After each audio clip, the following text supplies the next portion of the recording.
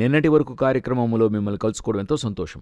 అనేక కార్యములను, లోకములో జరిగే సంభవాలు, దేవుని వాక్యముతోనూ అంత్యకాల సూచనలతోనూ పొందిక చేసి ఈ నిన్నటి వరకు కార్యక్రమాన్ని చూస్తున్నాం. ఈ రోజును కొన్ని ముఖ్యమైన విషయాలు చూడబోతున్నాం. రండి కార్యక్రమానికి వెళ్దాం. మొదటిగా ఈ నిన్నటి వరకు కార్యక్రమంలో ఏం చూడబోతున్నామంటే, మన పిల్లలకు విరోధముగా అతి ముఖ్యమైన రహస్య పథకములు ఆలోచించబడుతున్నాయి. ఏమిటా రహస్య పథకాలని చెప్పినట్లయితే, స్పిరిచువలీ అనేక సమయాలలో మన పిల్లలను గురిచేసి అనేక కార్యాలు జరుగుతున్నాయి. ముందుగానే అనేక వీడియోల్లో పిల్లలకైన కార్టూన్స్ను గురించి అనేక విషయాలు చెప్పి ఉన్నాం. అనేక విషయాలు మీతో పంచుకుని ఉన్నాను. ఇప్పుడు రీసెంట్గా ఒక అతి ముఖ్యమైన శాటానిక్ క్లబ్ అనేటువంటిది ఒకటి ఆరంభించబడింది. అంటే స్కూల్ సమయం అనంతరం, ఇప్పుడు స్కూల్ సమయం అనంతరం ట్యూషన్కి పంపుతాం, ఆ తర్వాత కొన్ని ఎక్స్ట్రా కరిక్యులర్ యాక్టివిటీస్ చదవడానికి పంపుతాం కదా, ఆ విధంగా స్కూల్ సమయం అనంతరం శాటానిక్ క్లబ్స్ అనేది ప్రారంభించారు. ఇక్కడ సాతాను గురించిన పాఠములు చెప్పబడుతూ ఉన్నాయి. సాతాను గురించిన జ్ఞానము తెలపబడుతుంది. లోకములో సాతానుకైన సమూహము నేరుగా పనిచేస్తుంది. సాధారణంగా కొంతమంది సాతాను ఎవరిని తెలియక అనుసరిస్తూ ఉంటారు, అది వదిలేద్దాం. కాని నేరుగానే సాతానుగా ఆరాధించే ఒక గ్రూప్ ఉంది, శాటానిక్ వర్షిప్పర్స్ అనేటువంటి పేరు.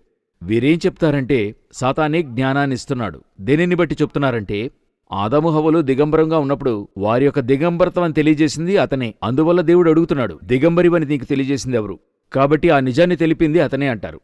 దీని వెనుక ఆత్మీయ కుయుక్తి అనేది ఉంది. వారి మీద ఒక మహిమ వస్త్రం ఉండింది. అంతవరకు వారు నగ్నముగా ఉన్నట్టుగా తెలియలేదు. ఆ మహిమ వస్త్రాన్ని వాడు తీసివేశాడు, అందువల్ల దిగంబరత్వం తెలిసింది. సరే, అది మనకు తెలిసిన విషయమే. సో దీనిచేత ఒక గ్రూప్ తయారై సాతాను నిజము చెప్పేవాడు అని చెప్పి శాటానిక్ వర్షిప్పర్స్ అని ఉన్నారు. తర్వాత సాతాను సంఘములు ఇవన్నీ కూడా ఉన్నాయి. ఇప్పుడు పిల్లలను గురిచూసి సాతాను యొక్క పాఠములు పిల్లలకు చెప్పించబడుతున్నాయి. ఇది ఒక క్లబ్గా ప్రవేశపెట్టబడింది, ఆన్లైన్లోనే ఉంది. పిల్లలు అందులోకి వెళితే చాలు, వారు ఎన్రోల్ చేసి వారు మీ పిల్లలకు సాతాను గురించిన జ్ఞానము, సాతానుతో కూడా అలవాటు పడేదెలాగా, మాట్లాడేదెలాగా, సాతాను శక్తులు పొందుకోవడం ఎలాగా, ఇలాగ అనేక కార్యాలు చెప్పిస్తున్నారు. ఇప్పుడు అంత్యకాలంలో ఈ ఫోన్ అనేటువంటిది, వైఫై అనేటువంటిది, ఈ లోకముతో మన బిడ్డలు సంభాషించడం సహజంగా మారిపోయింది. మన పిల్లల్ని మీరు చూస్తున్నారు, ఆన్లైన్ క్లాస్ జరుగుతూనే ఉంది, కూడా వీడియో గేమ్స్ కూడా ఆడుతూనే ఉన్నారు. ఒక ప్రక్క ఆన్లైన్ క్లాస్ చూస్తూనే వీడియో గేమ్స్ ఆడుతున్నారు. ఇంకా చెప్పాలంటే అక్కడ ఆన్లైన్ క్లాస్ జరుగుతుంది, పిల్లలందరూ సైడ్లో గేమ్స్ ఆడుతూనే ఉన్నారు. సో అటువంటి ఒక పరిస్థితికి లోకం వెళుతూ ఉన్నప్పుడు పిల్లల్ని ఈ శాటానిక్ క్లబ్ ఎంతో ఈజీగా ఆకట్టుకుంటుంది. మీ పిల్లలు ఏం చూస్తున్నారన్నటువంటిది మీరు దయచేసి చూడమని ఎన్నోసార్లు చెప్పాను. ఇప్పుడు మన తర్వాతి తరం వారు ఇప్పుడు జరిగే విషయాలన్నీ కొంత నిదానించి మీరు యోచించి చూసినట్లయితే, వచ్చే జనరేషన్ని ఇప్పటి నుండే ఒక అతి ముఖ్యమైనటువంటి శాటానిక్ గవర్నమెంట్లోనికి ప్రవేశ పనులు జరుగుతూ ఉన్నాయి. దయచేసి మీ పిల్లల కొరకు మీరు ప్రార్థించండి.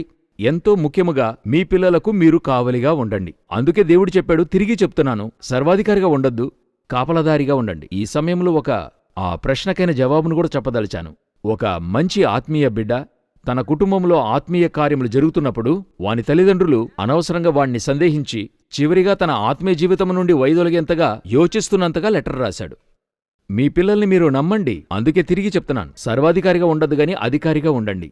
వారికి మంచి కాపలదారుడుగా, కాపుదలగా, స్నేహితుడుగా, అదే సమయంలో వారు చేసేటువంటిది మీరు పరీక్షించేవారిగాను, అదే సమయంలో వారు తప్పు చేసేప్పుడు ఖండించే ఒక స్థానములో ఉండండి. అనేక తల్లిదండ్రులు ఆ స్థానాన్ని పోగొట్టుకుంటున్నారు.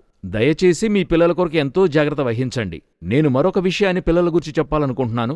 ఇప్పుడు ఫేస్బుక్, వాట్సాప్ అన్నీ కూడా తన చేతిలో ఉంచుకున్న మార్క్ జుక్బర్గ్ తర్వాత ఒక ప్రాముఖ్యమైన విషయాన్ని తలబెట్టాడు. ప్రపంచంలో ఉండే వారందరూ దాన్ని నిరాకరిస్తున్నారు, కానీ అతను చేస్తున్నాడు. పిల్లలకైనా ఇన్స్టాగ్రామ్ ప్రారంభించాడు. ముందుగానే పెద్దవాళ్ల కోసం ఆరంభించిన ఇన్స్టాగ్రామ్లో పెద్దవాళ్ల జీవితాలన్నీ నాశనమవుతున్నాయి.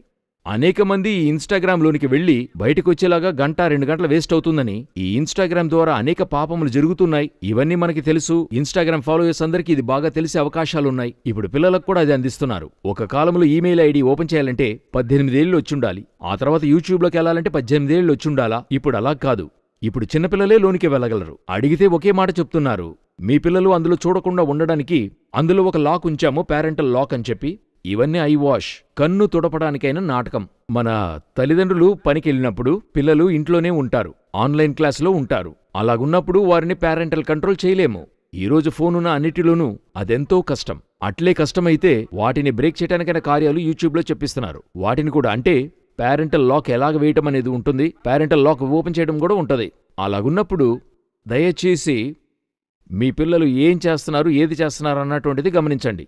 చివరి కాలంలో ఒకవేళ మన పిల్లలు రాకడ ముందైన తరముగా ఫైనల్ జనరేషన్గా ఉన్నట్టయితే మన పిల్లలను ఇప్పుడే లక్ష్యముంచి దెబ్బతీసే కార్యములు జరుగుతూ ఉన్నాయి. Be careful. ఎందుకంటే దేవుడు మనకి పిల్లల్ని అప్పచెప్పాడు. తిరిగి దేవుని దగ్గర మనం ఒప్పచెప్పడం అనేది మన బాధ్యత. మనము మరొక కార్యం చూద్దాం. ఇప్పుడు మనం ఏం చూడబోతున్నామని అడిగినట్లయితే, ఎంతో కాలంగా మనం చెప్పుకునేటువంటి విషయం అనేక సంఘాల్లో బోధిస్తూనే ఉన్నాం.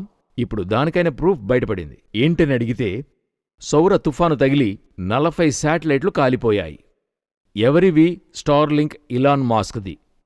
ఈ స్టార్లింక్ ఇలాన్ మాస్క్ ఈయన శాటిలైట్ కాలిపోవడం ముఖ్యం కాదు, సౌర తుఫాన్ అనేదే అతి ముఖ్యం. ఈ సౌర తుఫానును గూర్చి అనేక వార్తలు, అనేక వివరాలు ఇంతకుముందే అనేకసార్లు ఇచ్చి ఉన్నాం. ఈ సౌర తుఫాను భూమికి తగిలేటువంటిది 11 సంవత్సరాలకొకసారి, 22 సంవత్సరాలకొకసారి సూర్యుని సుడిగాలి వలన ఇది జరుగుతుంది. 2012లో ఇలా జరిగింది. 1 లేక 2 సుడిగాలులు క్రాస్ చేశాయి. ఇప్పుడు అధికపక్షంగా క్రాస్ చేస్తున్నాయి. అప్పుడే మేము ఎదురుచూసింది శాటిలైట్స్ అన్ని చెడిపోతాయని. ఇప్పుడు 40 శాటిలైట్లు కాలిపోయాయి. ఈ శాటిలైట్స్ అని ఒక కాలంలో సౌర తుఫాను తీవ్రస్థాయికి వెళ్తున్నప్పుడు అనేక శాటిలైట్స్ చెడిపోతాయి.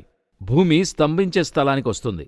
ఇవన్నీ అతి త్వరలో జరిగేటువంటి విషయములు ఇప్పుడు ఆరంభమయ్యాయి. ఇప్పుడు శాస్త్రవేత్తలు ఏమంటున్నారంటే, ఈ సౌర తుఫాను ఇంకా గొప్పగా వీచుతుంది. ఎందుకంటే ఇప్పుడే ఆరంభమైంది. 2022లో ఆరంభమైంది. 23లో తీవ్రస్థాయి అందే అవకాశముంది. అలాగున్నప్పుడు అనేక శాటిలైట్స్ దెబ్బతింటాయి. శాటిలైట్స్ దెబ్బతిన్నప్పుడు ప్రపంచమే మనకు స్తంభించేటువంటి ఒక పరిస్థితి కూడా ఏర్పడుతుంది. ఏ శాటిలైట్స్ అయితే దెబ్బతింటాయో వాటి సేవలు మనకు అందించబడవు. ఇవన్నీ ఒక ప్రక్క ఉన్నప్పటికీ ఈ సౌర తుఫాను యొక్క నష్టము ఏ లెవెల్లో ఉంటుందనేదే ముఖ్యం.